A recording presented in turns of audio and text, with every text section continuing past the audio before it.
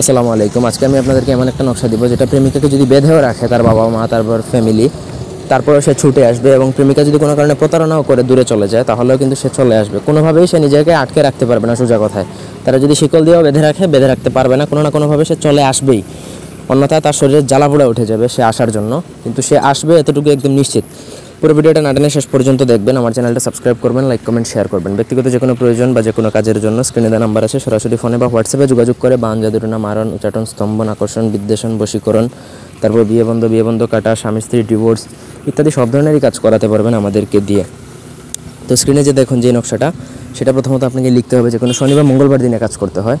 শনিবার মঙ্গলবার দিনে একটা পাতিল প্রথমত কিনবেন। সেই পাতিলের মধ্যে প্রথমত এই নকশাটা লিখে পাতিলের মধ্যে রাখতে হবে। নকশা বুঝপাতার মধ্যে আপনাকে কেশরের কালি দ্বারা লিখতে হবে।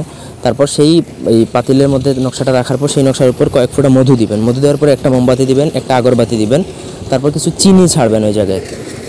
এটা হচ্ছে চালান যাবে মূলত, এই জন্য আপনার এই জিনিসগুলো দরকার পড়বে। এবং পুরো প্রসেসটা করতে হবে রাত্রিবেলা। দিনের বেলা করলে এটা দেখা যায়, আর দিনের বেলা কোনো চালান যায় না বা কারো গায়ে লাগে না। অন্ততপক্ষে আপনাকে সন্ধ্যার পরে করতে হবে। আর পুরো প্রসেস করার সময় আপনাকে উলঙ্গ অবস্থায় থাকতে হবে, কারণ এটা কিতাবুল ফিরন একটা শয়তানি বিদ্যা।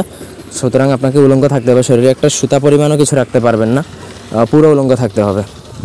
তো আপনাকে যখন চালানটা রেডি হয়ে যাবে, তারপর আপনাকে সেই চালানটা নদীতে ছেড়ে দিতে হবে, বিসর্জন দিতে হবে। এমন নদীতে ছাড়তে হবে যেটা ভাটি নদী বা একটা প্রসিদ্ধ নদী। ছোটো খাল বিলে ছাড়লে কিন্তু কোনো কাজই হবে না।